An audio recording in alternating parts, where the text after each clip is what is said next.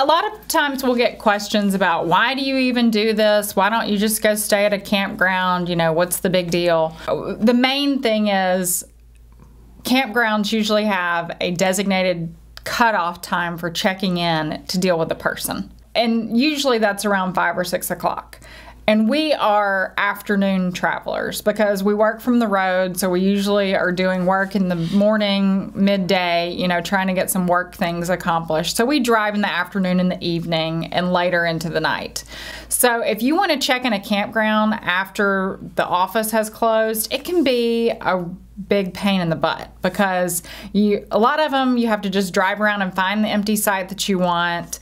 Then you have to back into it because a lot of campgrounds don't have pull-through sites, which, you know, is what you want when you just want to be quick about it. So you got to back in, you got to make sure it's big enough of a site for you to fit in without having to unhitch.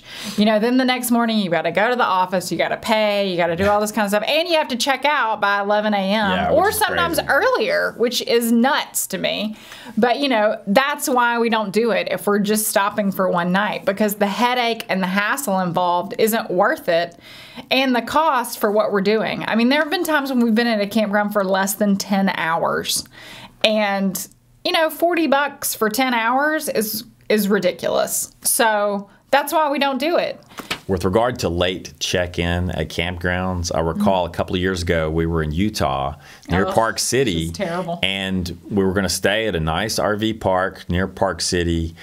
They told us just use late check-in, come in, grab a site, and you can do the paperwork in the morning. Well, we did exactly what they told us. We went in, we found an empty site, we grabbed it, went inside, turned on the TV, you know, we're kind of relaxing, having some dinner. I'm in my pajamas at this point. And there's an angry knock at the door. And the guy was a total jerk. Yeah, he was like, "You're in my site." And I'm like, well. There was nothing. He was like, "That's my water hose back there." There was a water hose like coiled up in the very back corner of the site. It wasn't attached to anything.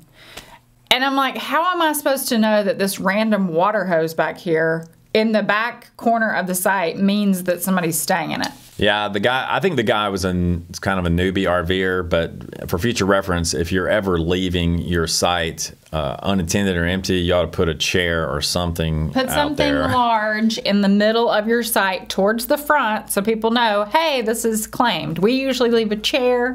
Some people will leave, you know, little cones out or some of their little levelers, you know, stacked across the front. Just if you're in Las Vegas, they'll steal your chair. So this is true. So just don't do that in Las Vegas.